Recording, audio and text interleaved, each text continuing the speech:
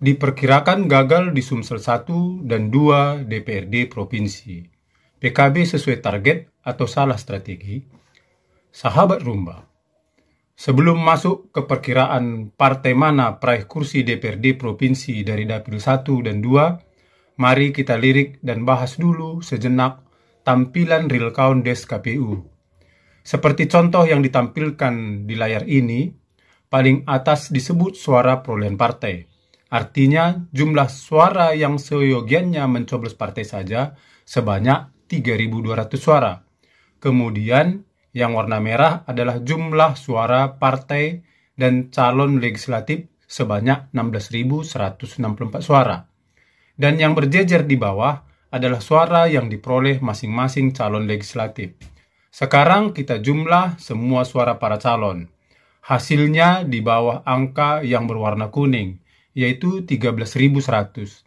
Apabila dijumlah dengan suara partai menjadi 16.300 seperti pada angka yang berwarna kuning.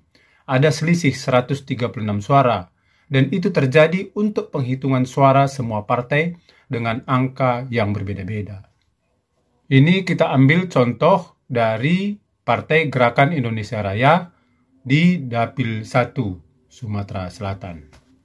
Rumba memperkirakan bahwa ada yang mencoblos partai dihitung ke suara partai, kemudian pada kertas yang sama mencoblos nama calon dihitung ke calon, sehingga terjadi double counting. Atau ada penyebab lain menurut penonton Rumba? Silahkan beri pendapat di kolom komentar. Ketika hal itu ditanyakan ke KPU Provinsi Sumsel, Erlan Efriansah SHMH, Kabak Teknis Pemilu dan Humas KPU tingkat 1 Provinsi Sumatera Selatan, mengaku belum bisa memberi penjelasan apapun. Bagaimana dampaknya terhadap perkiraan pembagian kursi? Sejauh ini tidak begitu signifikan. Partai penerima versi angka penjumlahan warna merah atau warna kuning tetap saja sama. Begitu juga dengan perkiraan calon yang mendapatkan kursinya. Oke, kita serahkanlah ke KPU untuk urusan teknis itu. Yang penting, jangan sampai ada yang dirugikan dan di pihak lain ada yang menangguk keuntungan. Semestinya lah berjalan sesuai apa yang sebenarnya menjadi hak masing-masing. Kita masuk ke perkiraan perolehan kursi DPRD Provinsi Sumatera Selatan, kali ini khusus untuk Dapil 1 dan Dapil 2 dulu. Sahabat Rumba, Partai Kebangkitan Bangsa sepertinya harus merelakan Dapil Sumsel 1 dan Dapil Sumsel 2 tanpa memiliki perwakilan untuk duduk di Dewan Perwakilan Rakyat Daerah DPRD Provinsi Sumatera Selatan. Karena sejauh ini diperkirakan proporsi suara yang diperoleh Partai 9 Bintang ini kalah dengan partai lain yang lebih unggul. Sebagaimana diinformasikan Rumba Channel di konten sebelumnya, bahwa PKB diperkirakan merebut 1 kursi DPR RI dari Dapil Sumsel 1 yang sebelumnya pada periode 2019-2024 tidak ada alias nihil.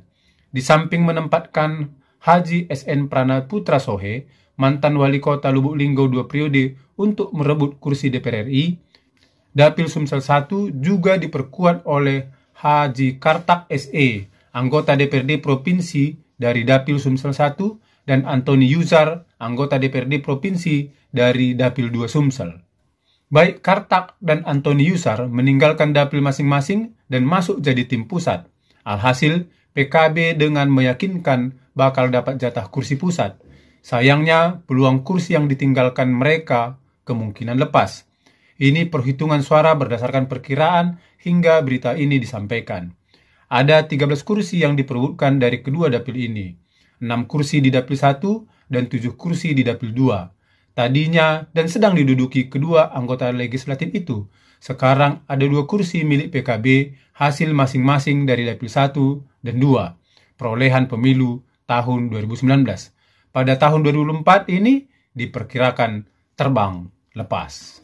Sementara itu, perkiraan pembagian jatah kursi DPRD Provinsi untuk Dapil 1 mengacu real count KPU per hari Rabu, 21 Februari 2024, jam 13.00 dan 00 detik dari 1.209 TPS dari 2.277 TPS setara 53,10% adalah sebagai berikut.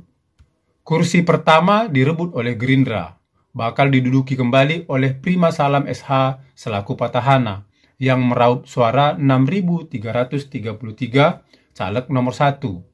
Kursi kedua untuk Nasdem bakal ditempati oleh pemain baru Firmansyah Hakim yang menyumbang suara 5.476 caleg nomor 5. Kursi yang ketiga diraih Golkar yang kemungkinan menempatkan kader debutannya Aryuda Perdana Kusuma yang mendapat suara 5.187 caleg nomor 1. Kursi keempat dikuasai oleh PDIP dengan kader debutan juga, Insinyur Romiana Hidayati yang mengoleksi suara 4.561 caleg nomor 1. Kursi kelima menjadi milik PKS yang bakal diduduki oleh Muhammad Toha SAG yang berhasil mendapatkan suara 3.654 caleg nomor 1. Dan kursi keenam bakal dikuasai oleh Demokrat dan menjadi perahu Haji Hairul Esmadiyah SH mempertahankan kursinya di DPRD Provinsi dengan menggait suara 4.064 selaku caleg nomor 1. Dapil Sumsel 1 ini merupakan daerah pemilihan yang meliputi Kecamatan Ilir Barat 2, kedua Kecamatan Seberang Ulu 1, kemudian Kecamatan Seberang Ulu 2, kemudian Kecamatan Ilir Barat 1, dan kelima Kecamatan Gandus, keenam Kecamatan Kertapati, ketujuh Kecamatan Pelaju, ke-8 Kecamatan Bukit Kecil, dan yang ke-9 Kecamatan Jakabaring. Kemudian yang masuk daerah pemilihan Sumsel 2 untuk DPRD Provinsi antara lain 1. Kecamatan Ilir Timur 1, yang kedua Kecamatan Ilir Timur 2, yang ketiga Kecamatan Sukarame, yang keempat Kecamatan Sako, yang kelima Kecamatan Kemuning, yang keenam Kecamatan Kalidoni, yang ketujuh Kecamatan Alang-Alang Lebar, ke-8 Kecamatan Sematang Borang, dan yang ke-9 Kecamatan Ilir Timur 3. Dan yang diperkirakan masuk ke DPRD Provinsi Palembang dari Dapil 2 ini adalah kursi pertama dikuasai oleh Partai Gerindra dan kemungkinan diduduki kader debutan Hajjah Zaitun SH MKN yang mengoleksi suara 2.836 caleg nomor 2. Kursi kedua ke Partai Nasdem dan akan diduduki oleh petahana Nopianto Esos MA yang menyumbang suara 4.650 caleg nomor 1.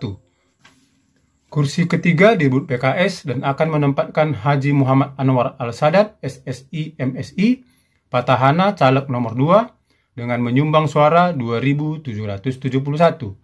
Kursi keempat bagi Golkar dan berpeluang bagi kader debutannya Haji Ganepo Rohim SE dengan suara yang diperolehnya 2.112 caleg nomor 2. Kursi kelima untuk PDIP kemungkinan diduduki kembali petahana Insinyur Haji Julkipli Kadir meraih 1.576 suara caleg nomor 2. Kursi keenam jatahnya Partai Demokrat akan kembali ke petahana Tamtama yang mengoleksi suara 2.272 caleg nomor 2. Perkiraan perolehan suara dan perolehan kursi di Dapil 1 dan 2 ini masih sangat memungkinkan untuk berubah sampai menunggu keputusan final KPU. Apalagi untuk Dapil 2, di mana suara yang ditampilkan pada real count sampai informasi ini disampaikan berdasarkan jumlah TPS yang sudah direkapitulasi baru 40,28%, yaitu 1.007 TPS dari 2.500 TPS.